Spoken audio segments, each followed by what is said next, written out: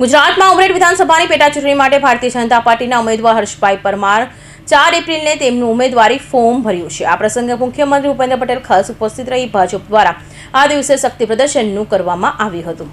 ગુજરાતના ઉમરેઠ વિધાનસભાની પેટા ચૂંટણી માટે ઉમેદવારી ફોર્મ ભરવા ભાજપ દ્વારા હર્ષદભાઈ પરમારનું ઉમેદવારી ફોર્મ કાર્યક્રમ સવારે 11 કલાકે યોજાયો હતો। પ્રદેશ ભાજપ દ્વારા ડમી ઉમેદવાર તરીકે વિમલભાઈ પટેલ પણ ફોર્મ ભર્યું હતું। મુખ્યમંત્રી ભૂપેન્દ્ર પટેલે થામણા હેલીપેડ પર આગમન કરી ત્યાંથી તેઓ કાર દ્વારા સિકોતેર માતાના મંદિરે દર્શન કરવા ગયા હતા। ત્યારબાદ નાસિકવાલા હોલ પાસે જનસભાને સંબોધશે અને ભવ્ય પદયાત્રા શરૂ રૂપે મામલતદાર કચેરીએ ફોર્મ ભરવા પહોંચ્યા હતા।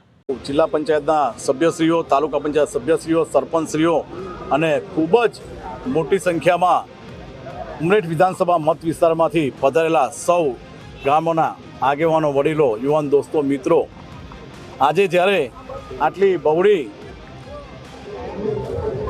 સંખ્યામાં જ્યારે ઉમરેઠ વિધાનસભા મત વિસ્તારમાંથી પ્રજાજનોએ મને જ્યારે આશીર્વાદ આપ્યા છે, તો આપ સૌને વાત જણાવવા માગું છું કે આ આશીર્વાદ એક મત સ્વરૂપે છે અને અમારી જીત એ નિશ્ચિત આપ સૌને દેખાઈ જ રહી હશે।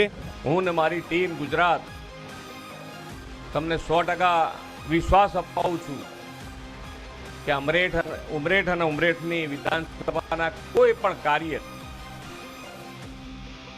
માનનીય ગોવિંદભાઈએ શરૂ કર્યા હશે તો શરૂ કરવાના બાકી હશે તો એમના પુત્ર થકી એ બધા જ કામો પૂર્ણ થાય એવા વિશ્વાસ તમને અપાવું છું। આપણે સૌ મતના દિવસે ખૂબ મોટી સંખ્યામાં મતદાન કરીએ। એ પ્રમાણે અત્યારે વૈશ્વિક પરિસ્થિતિ સર્જાઈ છે। એ પરિસ્થિતિમાં પણ મોટા મોટા દેશો અહીંયા બધા બેઠા છે, બધાને ખ્યાલ આવતો હશે કે મોટા મોટા દેશમાં પણ એ પરિસ્થિતિની હિસાબે જે પરિસ્થિતિ ત્યાં સર્જાઈ છે, લોકોમાં જે ઉચાટ ઊભો થયો છે, એમાંનું કંઈ પણ આજે ભારત દેશમાં નથી। એને જો કોઈ મૂળમાં હોય તો એ આપણા બધાનો વિશ્વાસ અને વિશ્વાસવાળા નેતૃત્વ એટલે માનનીય વડાપ્રધાન શ્રી નરેન્દ્રભાઈ મોદી।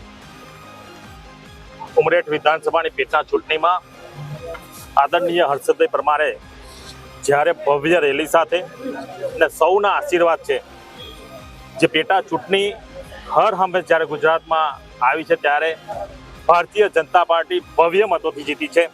હું આપ સૌને એક વિશ્વાસ અપાવીશ કે આ ઐતિહાસિક જીત હશે અને ખૂબ સારા મતોથી હર્ષદભાઈ જીતશે। આ ચૂંટણીમાં ભારતીય જનતા પાર્ટીનો વિજય નિશ્ચિત છે।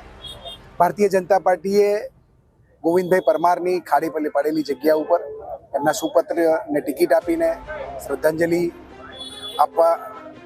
આપી છે।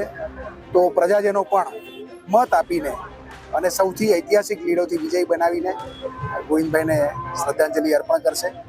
ચોક્કસ મને વિશ્વાસ છે કે જંગી બહુમતીથી હર્ષદભાઈનો વિજય થશે અને ઉમરેઠમાં ભારતીય જનતા પાર્ટીનું કમળ ખીલશે। આ પ્રસંગે ચૂંટણી પ્રભારી પ્રદીપસિંહ જાડેજા, ઇન્ચાર્જ હસમુખભાઈ પટેલ, સાંસદ મુકેશભાઈ પટેલ અને જિલ્લા પ્રમુખ સંજયભાઈ પટેલ હાજર રહેશે। કેબિનેટ મંત્રી રમણભાઈ સોલંકી અને રાજ્યમંત્રી કમલેશભાઈ પટેલ પણ ઉપસ્થિત રહ્યા હતા।